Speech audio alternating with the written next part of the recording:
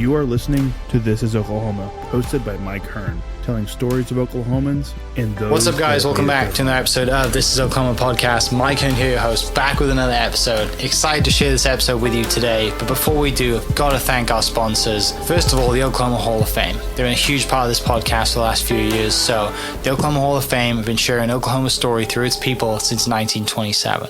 For more information on the Oklahoma Hall of Fame, go to www.oklahomahof.com. And for daily updates, go to Oklahoma HOF on Instagram and give them a follow. Our other sponsor today is Chickasaw Nation. Now, the Chickasaw Nation have sponsored pretty much everything in Oklahoma. They're a huge supporter of Oklahoma. And it's an honor to have their name and their brand supporting this podcast. A huge shout out to Governor Anatoby for supporting this podcast. It really means a lot.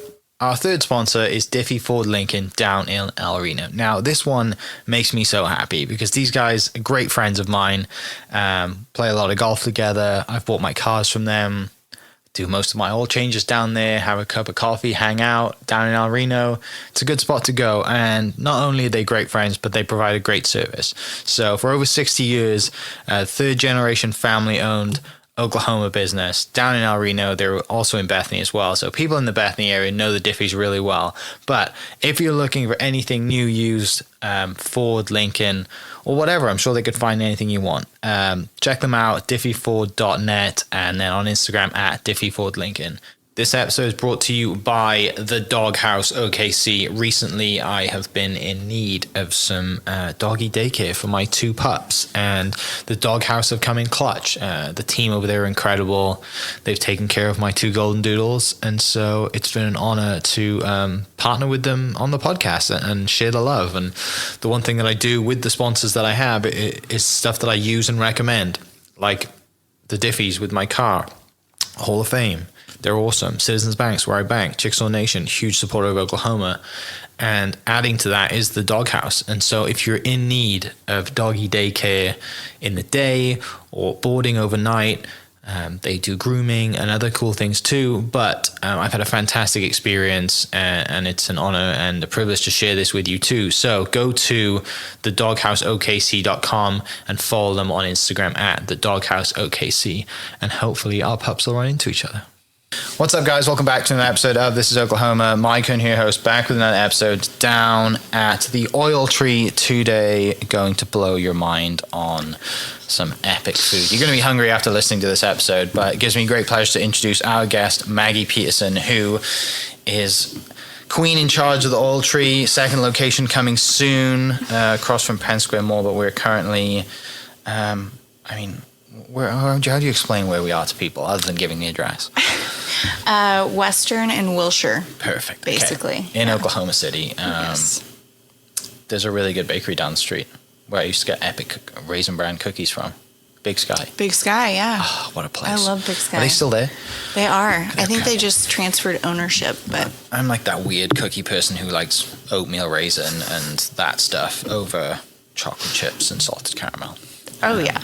But anyway, so you've had the business 12 years. Mm-hmm. We've had a little chat, dove into everything you have in this spot. It's a great spot, loads of local food. And I had no idea the kind of depths of olive oil, but we're going to dive into it in a little bit. But before we do, tell me a little bit about you. What's your Oklahoma story? Born and raised here, and I guess why did you decide to have a business here, which we'll get to. But yeah, tell me a little bit about you. Yeah, born and raised Oklahoma City. Basically, most of the family is from here. We started out in New England, but grew up here, and then went to high school in Virginia, boarding school. I wanted to go. Okay.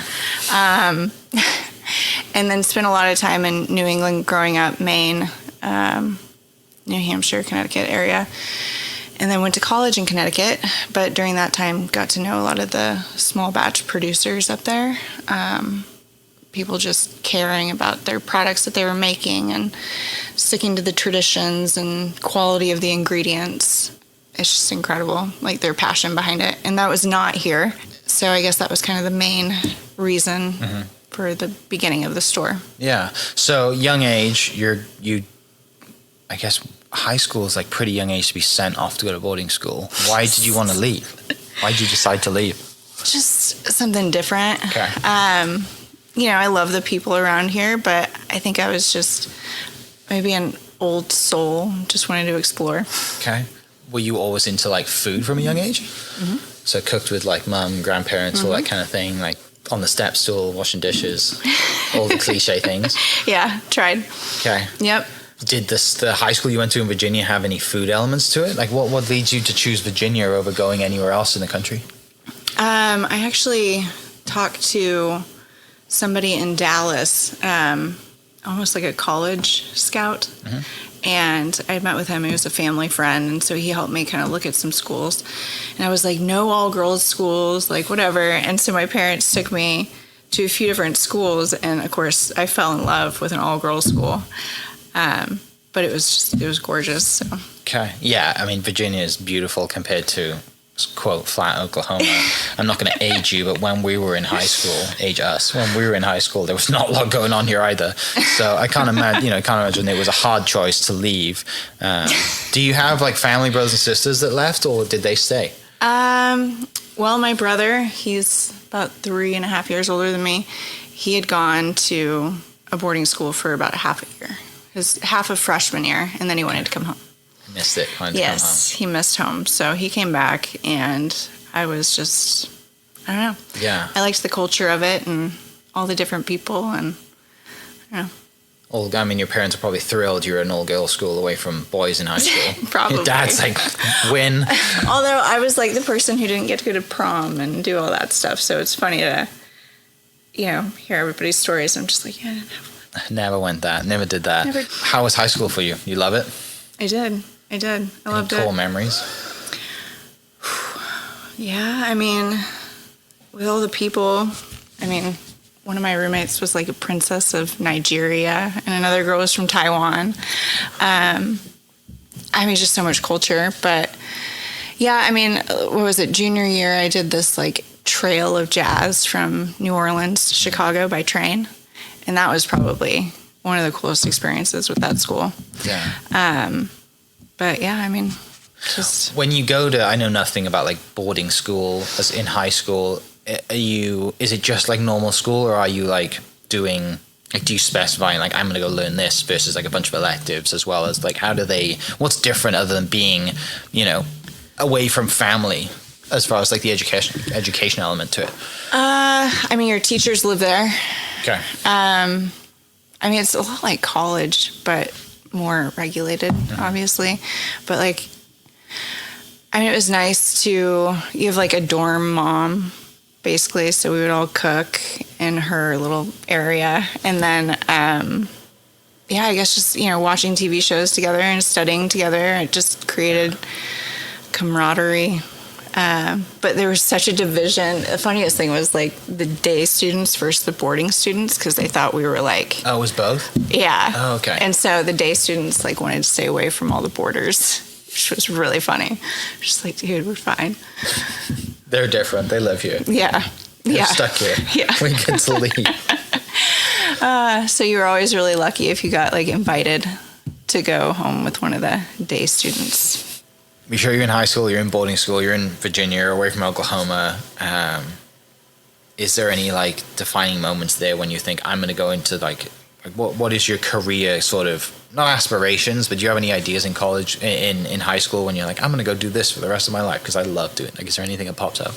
I won awards in math and science, and so I thought I wanted to be a doctor. Okay.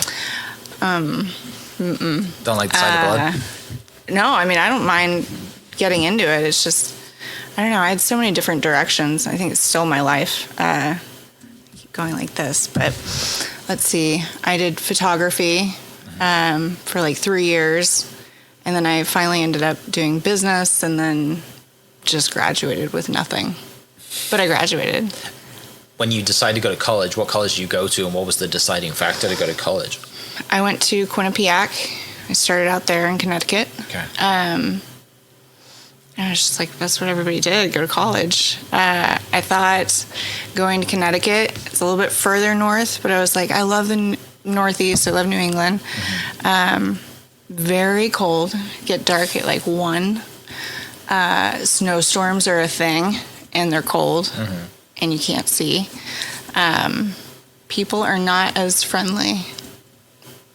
I mean, head down, no opening doors. Just, I was like, but help. I need a friend. It's 1:00 and everybody's doing stuff. It's not bedtime.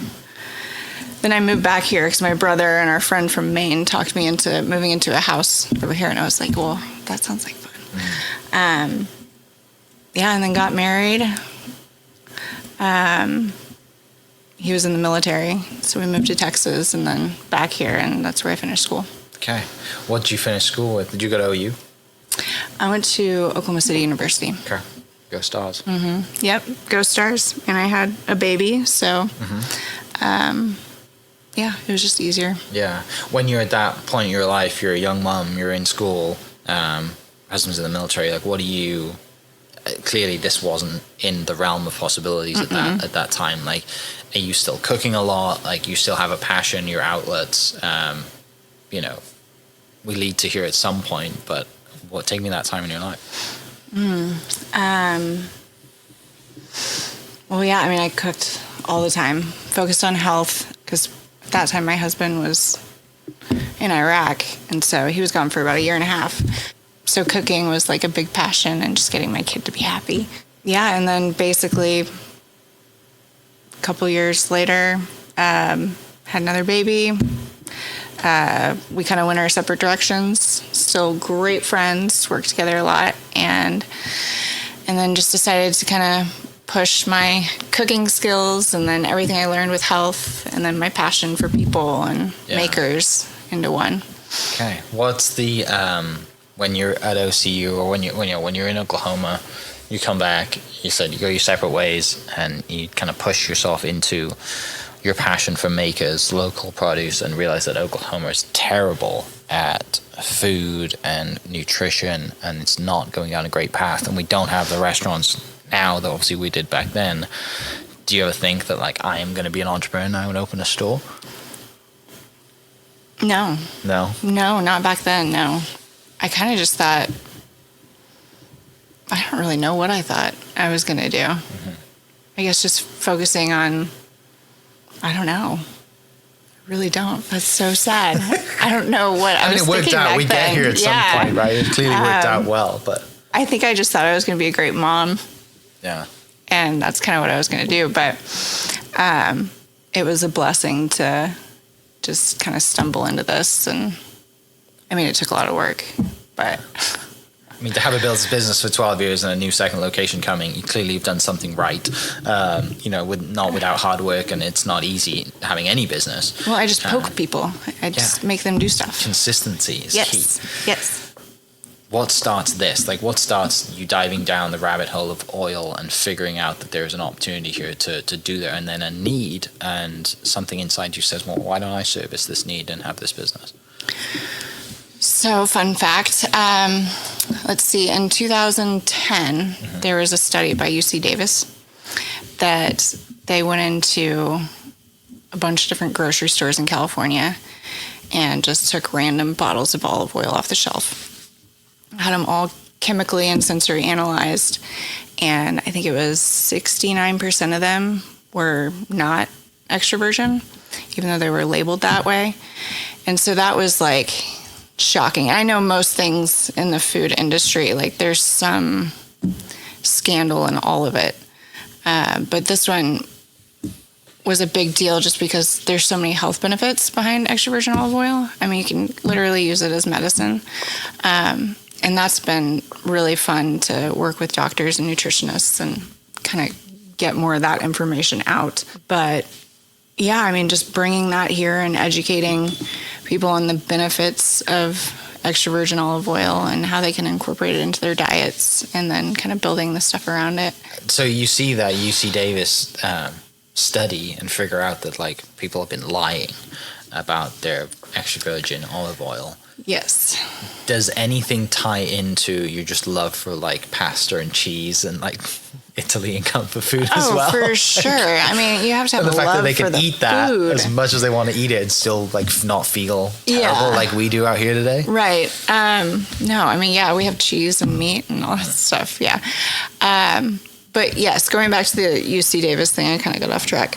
That was very enlightening, and being able to recognize and that being exposed in the United States, because it's already such a big deal overseas. And as I was telling you before, the agro mafia, which is like an extra virgin olive oil police division, will go around and arrest a lot of these producers that are cutting their oils, because it's making people sick. Yeah, so just being able to bring in these extra virgin olive oils, and we switch out every 6 months with the harvest. So there's northern and southern, so we always have the freshest, and then it's all chemically and sensory analyzed. Do extra virgin olive oil tasting classes, kind of like a wine tasting. Yeah. Teaching people about the differences and the benefits and the profiles. So not long after that study, you decided to open your shop, right? Yeah. A few years after that. Yeah, it was a couple years after that. Have you always been here? No, we were actually on May in Grand, so about 2 miles that way. People listening, That's west. We're pointing the right direction, I promise. That's west. Yeah. Yeah, so we were near Blue 7 and all Okay. that. Yeah. Yeah. And so based on just your passion for being healthy, being active, and food, and seeing this olive oil, and also, like you mentioned, the medicine side of it, was like, I would assume nobody was doing this in Oklahoma City at the time. So there's no real place to get it. So you had to start with like educating people as much as on what your actual products were. Yeah, absolutely. And so just being a food store, and we'd get customers coming in, and then that is the opportunity, is to sit there and talk to them. And now, you know, with the Instacart, with Amazon, with everything, there's no experience and there's no personal side. And so that's one of our biggest things, is being able to give customers the experience. So if they're looking at, you know, our Bloody Mary mix, by American Spoon, they're out of Michigan, but it's incredible, and they just use the best ingredients. So we'll just open it and let people taste it and talk about how they can use it. So it's more experience and connecting with the customers, and that's what's been super fun. Yeah. What's the biggest lessons you've learned as an entrepreneur over the last 12 years? Not to get hung up on the details. I think it's a big one, because you can sit there for hours and go through little things that just don't matter. And so looking at a big picture and trying to figure out the best way to get there, ironing out the things that you can, but knowing that it's okay to mess up or leave something out. Yeah. What do you think over the last kind of 12 years has been kind of your, not secret sauce or anything, but just something that's kept you guys successful, moving in the right direction and building community here? I mean, I think the biggest thing is the team, the employees that are here. I mean, they care a lot. You know, we all work really hard to make it fun, and they love connecting with the customers. I mean, nothing would happen without them, really. And then the customers. I mean, it's so fun when they'll come in and they'll just start selling stuff. For you? Yeah, I mean, it's just, you just listen. There's a company over here, it's a silicone cookware by LaQuay, and people will just pick it up and they'll be like, "Oh, you have to try this, you have to try it, it's the best." So, that's fun. Yeah. You have to shout out your mum too. She's sweet. She was here cleaning up, sweeping the floor. Oh my God. Getting after it. My parents are amazing. My dad will come up here and just label bottles for hours.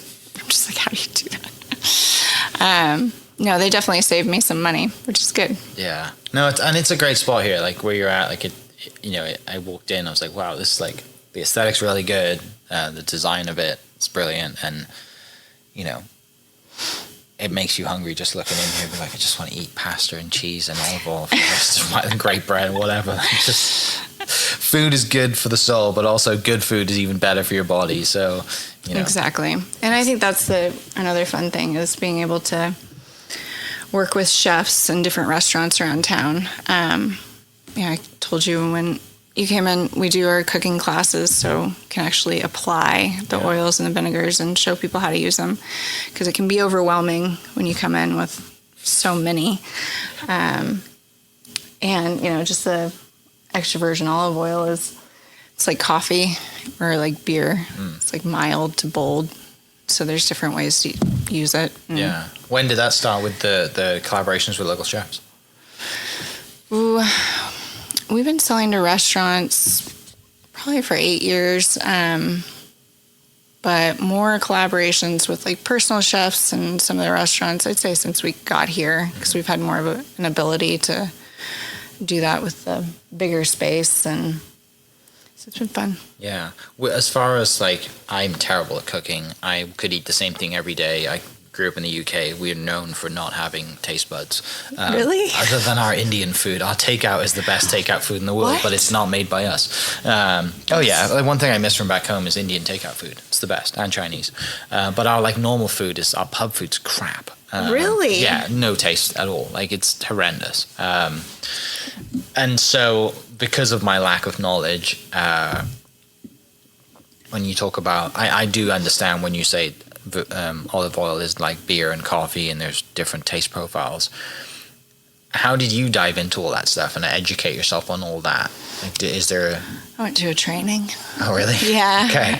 Tell me about that. It was like a 2-week training with some Italian men that were really hard to understand. Spoke like this a lot. Use their hands. Yeah. And a lot of slurping. I mean, it's tough. I mean, you could ask a sommelier, like, what's it like, or, you know, trying to pick up different profiles and flavors and, you know, figure out an intensity of an oil. Like, I guess some of the big world judges will base extra virgins off of cough. Okay. So, like, 1 cough is mild, 2 cough is medium. Like legit coughing. Yeah. Because shot. it's like a peppery sensation. It makes you, I don't know, people call it, they're just like, oh, this is too spicy. Just like, well, it's not really spice. But, yeah, I mean, just that, I mean, just learning all the different profiles and then the reason why defects can happen. So, like, all of the extra virgins that we have, all the olives are picked and crushed within 2 hours. So you eliminate a lot of the defects. So other producers or people that don't have the resources, their olives might sit on a truck for 2 weeks or a week, and then they get moldy. And so that creates a defect. If the mill isn't clean, that creates a defect. So... Whereas, like, when you think of wine, you obviously think of great regions and years and all that. Is it the same with olive oil? Like, what's the great regions for olive oil and any specific? I guess it wouldn't be a matter what year it is because you've got to use it. Yeah. Yep. Yeah. There's definitely a shelf life. It's like 12 to 15 months. Okay. No, I mean, not necessarily. If you can grow it and take care of it, it doesn't matter where it comes from. Mm-mm. Okay. No, I mean, we really there's a couple Italian ones that we get, like a Nocellara that's incredible, and then a couple Spanish ones, and the producers are like rock stars. So that's kind of what, you know, I get pulled in by the people. So there's Melgarejo estate in Spain. It's these 2 brothers that took it over, and they just they walked into this conference and they were wearing these T-shirts with these sport coats, and they just looked like badasses. They had just taken over their grandparents' farm or something, and they had just won like 2 world medals, and I know, it was just so cool. So I don't know. I mean, I guess it's more the coolness factor. Have you been able to travel and go over to Spain and see and pick and kind of experience it firsthand? I haven't really taken the time to do it. Not yet. I've had the opportunity. I have 3 kids and now a dog. But I guess a doodle can go anywhere, right? Yeah, exactly. They're human. It's easier to put a dog in a daycare than it is your kids. Mm-hmm. You know, I've got 2 doodles. I know full well. No, like it's. I'm sure, like, you've had this business for the majority of your kids' lives. So the good thing is they've grown up in it and they know nothing different. So it's really cool to have that and have that conversation with them in the future and be like, you know, what do you remember from growing the business, and having them, you know, part of your marketing stuff and taste testing and definitely, you know, and doing all this, and not to mention the medicinal side of things. Right, kids get sick all the time. They're in school. They're, you know, whatever it is, and bringing all that home. right? And like Yeah. diving into that side, most people think olive oil and they think, oh, food and cooking and, you know, kind of community around the kitchen. They don't think medicine. Well, I didn't anyway. Yeah, no, I mean, it's, it heals you from the inside out. I mean, a lot of people that are on statins, if you just take like 2 tablespoons of extra virgin olive oil every day, it's been shown to decrease the bad cholesterol by like 30%. Yeah. I mean, it's just insane, all the studies and things that have been released. But yeah, no, I remember when the boys were little, they had eczema, and I would get a robust extra virgin, and I'd tell them to lay down on the kitchen floor, and I just tell them I was going to cook them, and it got rid of it though. So it was cool. Well, you gotta, as a mum, you gotta find creative ways to give your kids medicine too, right? You can't just be like, "Hey, get over here now. I'm gonna paint your arm with this." Like, no, Leah, you gotta create a reason. You gotta get some buy-in from your kids. I'm gonna eat you. I'm gonna cook you. Yep, that's right. Do any of the kids share your love for cooking? I think my middle right now. Yeah. I don't know if it's a love. I think it's a curiosity. What, showing the interest that you used to, when you used to show as a kid to your mom or grandparents? Yeah, like he'll jump in and help me with steak, or he'll be the one that'll try a raw onion, like an apple. He'll try, like he didn't really like eggs, and so he was like, okay, well, let's try each one. So we did like scrambled, fried, like, you know. So, I mean, that was kind of cool. Curious. Yeah, and then my oldest doesn't care. He's grilled cheese, and he's 16. Like, come on. My youngest, he's not really there yet. Okay. Well, that must be fun, though, too, right? To have, like, you know, to be a boy mum and have the kids and at certain ages be like, you know, what do you see in them? But also their curiosity, right? And to be, you know, to just get to take in the stuff that they say. And you're like, I never think of that, but okay, like, let's figure it out. Well, especially now with, like, everything that they're exposed to with social media. And, you know, you're just like, what? Did they not want to go to boarding school like you did? I don't think I could afford it now. I mean, everything's so expensive. It's crazy. It's insane. No, they're happy. I mean, my older boys are at McGinnis and youngest is downtown, so. Yeah. When do you make the move from the May location over to here? October of 18, I think. So almost like roughly 5 years are in. Yeah. You kind of outgrow 5 or that 6, space yeah, and, maybe and it was come 17. over here. Yeah. What was the take me through the design plan for this location? It's quite a big footprint, and you know, I'm sure it could have been intimidating walking in here and be like, how am I going to fill this entire space? Yeah. But yeah, it's really well designed and has obviously you got the kitchen sort of set up in the center, like, you know, your classes and community. So would love to hear your design process and who helped you with that too. Yeah, for sure.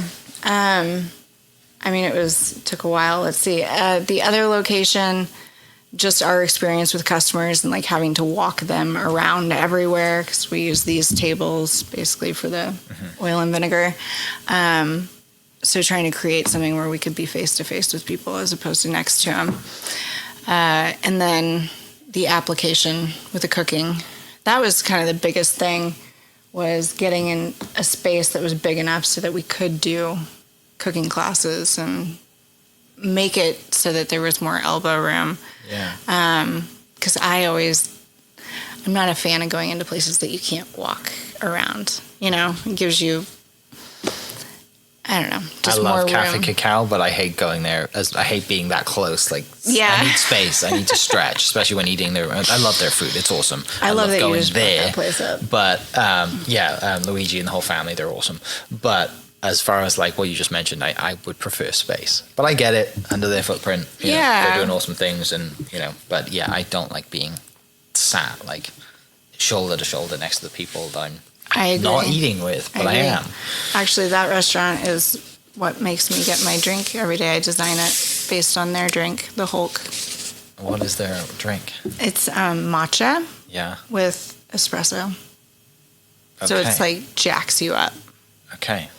So that's what I do. Anyway. As a boy mom, you need extra espresso. Yeah, exactly. Okay.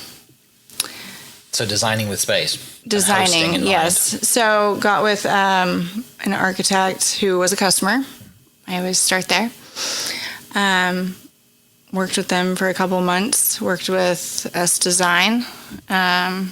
They helped rebrand us, and we changed our name at the same time, so it was super confusing for people. What was it before? Olive & Co. Okay. But we couldn't trademark that. Go figure. So we changed it to the Oil Tree, moved. Everybody thought we closed. You know, it was just ridiculous. It was such a bad idea. But At the time. at the time, and no, it's much, much better. But yeah, no, I mean, it was just a lot of, you know, talking to the team, talking to customers, understanding what we could do better, how we could make it better for them, experience-wise. Yeah. We talked about olive oil, but you mentioned vinegar as well. We haven't touched on that yet. Tell me how that kind of ties in and how you dive kind of down the rabbit hole on Balsamic vinegar. on balsamic vinegar. I mean, the first time I ever had balsamic vinegar was on an Empire pizza when I was in college. And I was like, what is this crap? And then I ate it, and I was like, I hate sauce. And I was like, oh, I get it now. This is great. And then, you know, you'd have like your bread and dip it in whatever, Yep. you know, all that stuff. You'll have to try this. But how does that tie into, obviously, is there a balsamic vinegar mafia as well? Is it that big of an issue? Oh my God, it's so bad. So bad. Balsamic vinegar is just gold. I love it.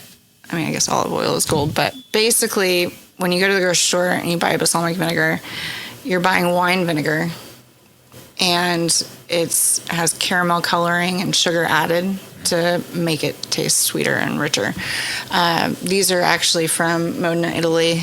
They're true barrel aged using a Solera method. So over the course of 12 to 18 years, the balsamic gets moved into smaller barrels. Okay.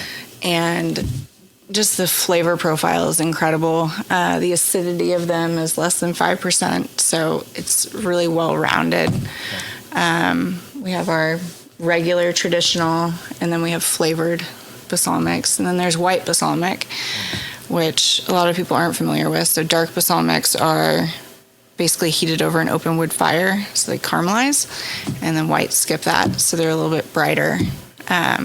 That's what I had made the drink out of. Yeah. The white balsamic, because it's the same health benefits you'd get from like kombuchas and What led you apple down the cider. drink to make? I mean, I know this. We've spoken to this previously as recording, but you were in the water space. When does that happen, and then why does that happen? I have a problem with sparkling water. Okay. I love it. Not a huge fan of kombuchas and that kind of stuff. I also don't really like flavored water, but most people do. Yeah.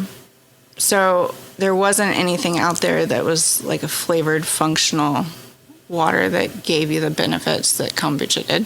I wanted to create kind of a LaCroix type of drink that had flavoring that was of benefit, that gave you kind of apple cider vinegar stuff, and did a bunch of research. Nobody was doing it. And I was like, this is a great idea. Like getting into a space that nobody's in. Yeah. It's not.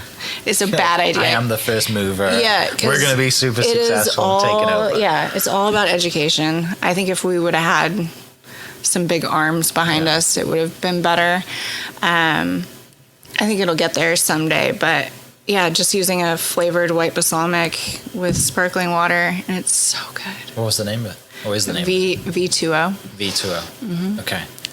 And that just caught like wildfire initially and Yeah. went straight across nation? Yeah, we launched 2020.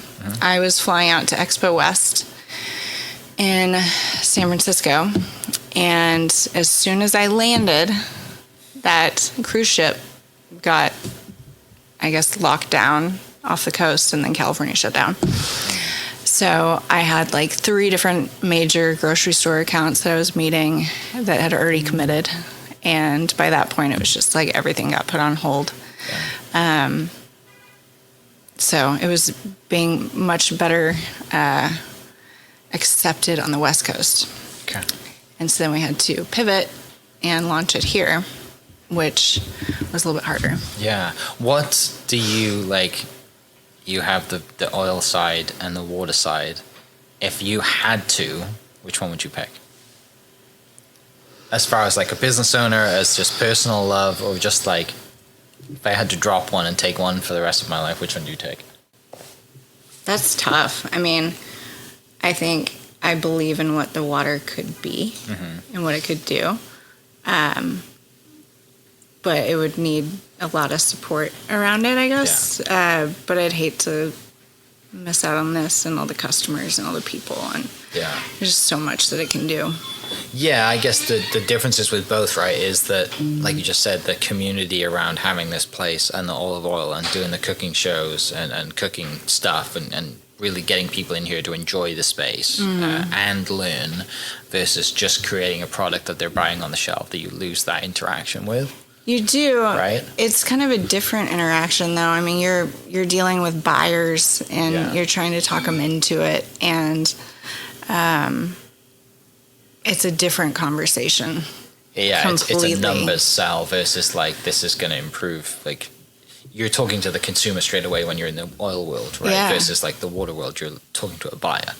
So I get that side of it. Yeah, it's the difference of hugging and handshaking. Yeah. You know, I mean, it's a good way to put it. I never thought about it that way. I haven't either. Clipping that quote for Instagram. Done. So you open this place. You've probably been here 6-7 years at this point now. What leads to you deciding to think we should have a second location in this new development that's pretty much 2 miles away? I know. Well, I mean, why not compete with ourselves? Yeah. You know? No, I think I just really was excited about what was going on over there. And I really didn't think I had a chance to get in there. But I called and some things worked out. They were excited. And then one of the developers, or the developer, drove down from Tulsa and met me and took me over there. And I mean, the heart in that place, it was just in line with like everything we are. I mean, it's incredible what they've done. And so that was just a huge opportunity. And having Restoration Hardware and Williams-Sonoma and Pottery Barn and the hotel and the apartments and all the businesses there, this is a destination. Like, we'll have people drive here from all over the state, whereas that place is going to be more foot traffic, I think, which will be fun. Yeah, and to put yourself in and around those huge names too, right? Those national brands, and be in that location, and also have that local kind of buy-in as well. Like, you know, you're not going to lose your local clients if they go over there because they're shopping. They know you're going to be there, or just pop in or get whatever they need to. So for people listening, then we've kind of riffed about olive oil and balsamic vinegar and food and water for a while. How can they get involved? How can they kind of reach out if they, they're getting into making sourdough bread, which seems to be the craze at the moment? Oh my God, they're like pets. Things. I know. It's doodles and sourdough. Doodles and sourdough. I'm here to eat it, not here to make it. And you don't want to try any of the bread that I've made, if I even decide to try and make it. But how do people kind of join your community and learn about it? Because I think that's one thing that people are... I saw a quote the other day, and it was like, dieting is now considered just eating real food, which is sad. But, if you see someone, and they're like eating a salad, or they're eating real food, or they're going on a raw meat, or whatever they're deciding to do, it's now seen as kind of alien and different versus just getting processed food. And I think the world is waking up to it. America's finally waking up to it. And sadly, Oklahoma's low on the list of quality of foods. Getting there, though. How do you educate and how do you get new people involved if people are listening that want to be a part of your community? I mean, go to our website, sign up for our newsletter, come into the store. I mean, that's going to be the best thing, is coming into the store, talking to us. I mean, we're always happy to help and educate and sign up for a class. What's your, if someone walks in here for the first time, do you have one thing that you're like, you have to take this? I might even give it to you for free, but like, this is one thing you're walking away with, just to entry level, get you in there. That's one of my biggest problems, giving stuff away. Right? Not gonna lie. Yeah. I mean, our biggest thing is probably the traditional balsamic and the Tuscan herb infused olive oil. That's just always just a crowd pleaser. I mean, the popcorn, the bread, and really anything. Like, anything will give customers a sample of that they're interested in. Majority of the time, it's delicious because we pick it all out. Was it fairly easy for you to find like local producers to stock some of your shelves with versus not? Because I mean, we talked about the pasta you have here locally, and you know, some of the breads and stuff, and yeah, I mean, we've got a handful of items. I think the hardest thing working with a local, unless they're a bigger name or at least have a little bit more product base or whatever, is just their availability, being able to get the products. But I mean, it's not too bad. If they come in, like, I like it when they come in, we can sit down and talk and do samples, and if they come in, we'll usually bring them in. Yeah. I mean, it's just, why not?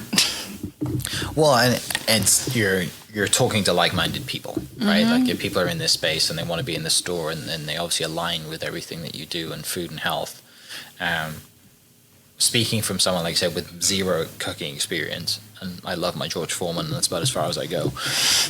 George Foreman? It's embarrassing how bad I am at cooking. Like, really bad. But like, I'm the typical guy who, like, you know, will like spray the pan with whatever I need to spray. You know, like, you know what I mean? Like that Sure. Like most guys, or maybe people like me, there's more of them out there. How do you educate me and people like myself that go into a grocery store, buy that spray stuff that they spray on the pan before they put in, you know, olive oil that they can substitute with, or butter, or whatever it is? Like, how do you go about educating people like me versus, you know, buying that spray can so that my stuff, chicken, meat, whatever it is, doesn't stick to my George Foreman when I cook it?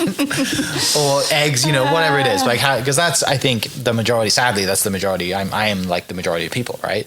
That aren't cooking with extra, you know, super awesome olive oil and balsamic vinegar. Yeah, well, I mean, I think grocery stores are overwhelming. And I think it confuses a lot of people and scares them into the, like, not cooking. I mean, with the oils and the vinegars, like, I'll show you in a little bit, but like a steam case, which is just like this little plastic container thing. Like, I'll put in a chicken breast, and then I'll put Tuscan herb on it, and then throw it in the oven or the microwave for 5 minutes, and it's just like perfectly tender and juicy. So the benefit of a lot of the flavored oils is you don't have to use a lot of extra ingredients, because all the flavor is already there. With balsamic vinegar, adding in that to any meal, it's like an all-natural salt alternative, so it just adds a lot of flavor. I mean, it's not, if you just get started and... Yeah. What are the biggest misconceptions about the industry? Honestly, it's the overwhelming part. Okay. You know, I mean, that was the other reason for that V2O that we created. Like, you walk in and you look at the cold box, and it's filled with hundreds of choices, and then, you know, from week to week they change with like carrot and turmeric and all these other things. We'll buy this because it's better for you, and it's not that hard, you know. Yeah. I mean, and they make it really, the marketing side of it makes it seem very difficult. But if you can just kind of brush everything aside and just start simple, you know, like you're saying, the new diet is whole foods and just real food. That's all it is. Yeah, I think you're right. Like, we're kind of plagued with so much choice, right? The market like floods us with like, and like you said, they make it sound like it's impossible and you have to do all these things, and, you know, and not just in the food industry, that's every industry, right? And you talk about, you know, I mean, cold therapy and people getting out of bed early and grounding and all, like, what, there's so many different things as far as health concerned that growing up we were like, just drink a glass of water and go for a run. Like, just like, I don't need to put on red light therapy and get a mat and ground and do cold therapy. Like, you know, there's all these things, and I'm not saying that they don't work, but like, you know, if you listen to the Instagram, like you have to get up before 4 a.m. to get all your things in before you go to work. Right. You know, and like Yeah. not to mention like live and work and do all the other things. And I think, like you said, the food has taken over in that instead of like going back to the basics.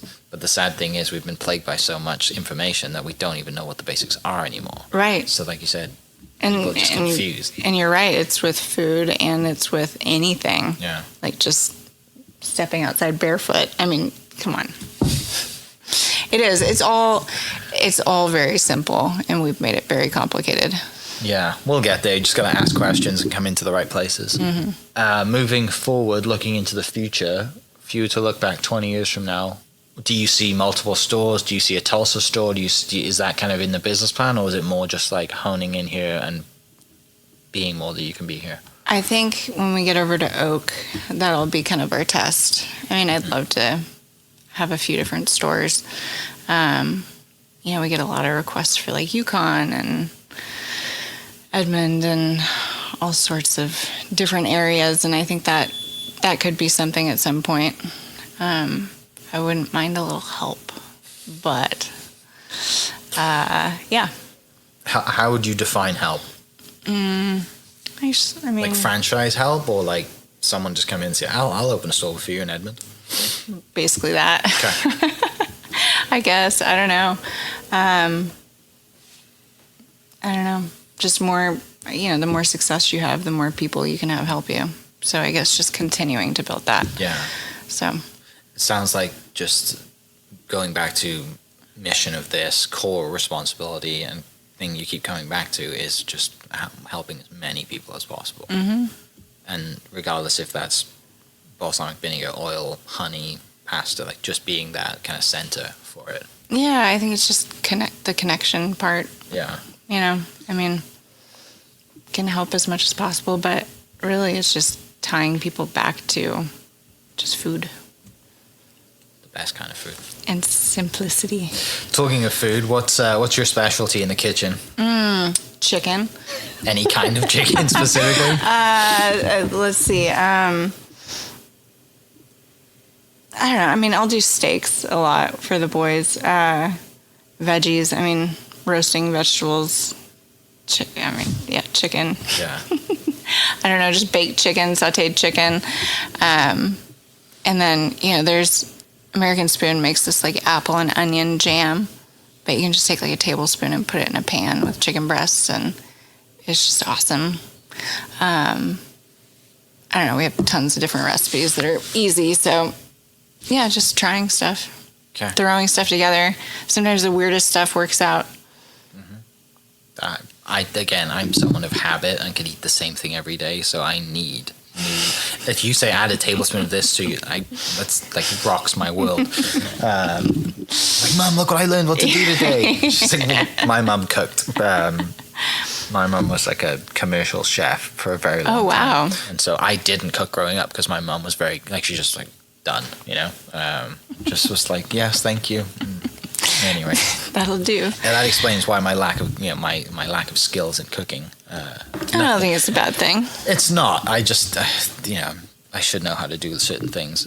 But like when when you're a guy and you get into your 30s, you take up a few things. You either run, you play golf, you learn how to grill, or you dive into your yard. And I've played golf since I was a young age, so I took that box and I've stuck to it. So the others, I'm just like, I'm not adding any of that nonsense to, now making sourdough bread or whatever the craze is for people in their 30s that have spare time now. At least you're not making your own dog food. That's a thing? Oh my God, yes. Do you make your own dog food? No. Nope. Have you thought about it since you got a new puppy? Nope. Well, I did, I guess, in the beginning, and then I was just like, this is insane. Diving into the dog food industry, like there's a lot of bad things in the dog food industry. Like, I love my dogs, but I don't want to look at like the food that they're eating every day. They cost me enough as it is. Yeah. Don't look too hard. But that's an industry that could be, disrupted as well, right? Yes. People love their pets. Tell me about that book you have in front of us. What is the book? This is Extra Virginity. It's one that we sell. Tom Mueller is an investigative journalist, and he was kind of on the same lines of UC Davis, except he was the investigative journalist overseas. Yeah. That would go in and kind of talked about all of this, the secret world of the agro-mafia and the scandal in the industry. And Okay. yeah, So very sell the sexy book. yeah. Well, I mean, crime is number one topic for podcasting and reading. So, Yeah. olive oil, crime, and mafia is gonna my gosh. get a lot of people excited. You can do like And there's pictures too. It's great for me. a whole series. There you go. Yeah. So people listening, if you want to dive into the olive oil mafia, I'm sure there's some other than that book. There's other ways to look into it, but the book is sold here. Finishing up, because I love to ask this question because I'm in the real estate world. I ask every guest what their dream house is going to be, and if you could have your dream house, what would it be? Nothing big. Comfortable, smart. I want a smart home. But just yard, fireplace, like an outdoor area, and a view. A view of what? I don't know. I could either do like a view of just like the Oklahoma landscape, Flat landscape. with like maybe there's a horse there and some plants, veggies that I can eat, or mountains, Okay. or an ocean. You mentioned veggies. Do you grow your own veggies at the I house? have, Okay. not right A now. planter in the past and had your own garden. Yeah, like I had like I grew corn. Okay. Like a once. raised bed and plants. Okay. Yeah, and the corn was like big. Really? Uh-huh. Was it surprisingly easy to grow it? Yes. Okay. It wasn't good. I think the cobs were like this big and it didn't work out very well, but I should try it again. Okay. Anything other than corn? Yeah, peppers, radishes. Those are fun. Really? You're like, what? Yeah. I know this It's is like an onion. This is a world I'm so unfamiliar with. And those are little red things, right? Yeah. So it's fascinating to me, like how, why I love doing the podcast, because I personally learn so much. And, I feel like I put myself in my listeners' shoes, so people listening, like, oh yeah, this is totally me. And I ask the dumb questions before, because people probably think the same thing. Not everybody cooks like me on their George Foreman for the rest of their life, though. Thank you for taking the time of your day. Oh, thank you. Thank you for sharing some awesome stories and educating us on the olive oil world, balsamic vinegar world, and people should come in here. People should follow you on Instagram, which you're getting better at, the oil tree. Follow the oil tree. I'll put the Instagram in the link in the description down below. And come on by. And when is your next kind of locals food social event? There's going to be one, I think like the 20-something of March. So you do one a month, roughly? For right now. Okay. Yeah. Cool. But we try and do two. Once Oak opens, we'll probably do one once a week. Yeah. And other formats. So we'll have demos and all that. Awesome. Well, look forward to checking those out and broadening my horizons on my cooking landscape. And yeah, for people listening, check out the link in the description. Come on by, and we will see you next episode. Cheers. Hope you guys enjoyed that great episode. Thank you so much for listening. As always, huge shout out to our sponsors, the Oklahoma Hall of Fame, sharing Oklahoma story through its people since 1927. For more information on the Oklahoma Hall of Fame, go to www.oklahomahof.com and follow them on Instagram for daily updates at oklahomahof. Our other sponsor, the Chickasaw Nation, amazing sponsor. They do amazing things for the state, and they're always sponsoring something in Oklahoma. They're a huge supporter of Oklahoma, and without their support, we wouldn't be able to do what we do. And our third sponsor is Diffie Ford Lincoln down in El Reno. Now, this one makes me so happy because these guys are great friends of mine, play a lot of golf together. I've bought my cars from them, do most of my oil changes down there, have a cup of coffee, hang out down in El Reno. It's a good spot to go. And not only are they great friends, but they provide a great service. So for over 60 years, third generation family owned Oklahoma business down in El Reno. They're also in Bethany as well. So people in the Bethany area know the Diffies really well. But if you're looking for anything new, used, Ford, Lincoln, or whatever, I'm sure they could find anything you want. Check them out, diffieford.net, and then on Instagram at diffiefordlincoln. This episode is brought to you by the Doghouse OKC. Recently, I have been in need of some doggy daycare for my 2 pups, and the Doghouse have come in clutch. The team over there are incredible. They've taken care of my 2 golden doodles, and so it's been an honor to partner with them on the podcast and share the love. And the one thing that I do with the sponsors that I have is stuff that I use and recommend, like the Diffies with my car, Hall of Fame. They're awesome. Chickasaw Nation, huge supporter of Oklahoma. And adding to that is the Doghouse. And so if you're in need of doggy daycare in the day or boarding overnight, they do grooming and other cool things too. But I've had a fantastic experience, and it's an honor and a privilege to share this with you too. So go to thedogHouseOKC.com and follow them on Instagram at thedogHouseOKC. And hopefully our pups will run into each other. Thank you for listening. We are inspired by those around us and hope that you are too. Make sure you subscribe to this podcast on your favorite podcast platform and leave us a review so we can keep telling your stories. For more great Oklahoma content, follow This Is Oklahoma on Facebook and Instagram.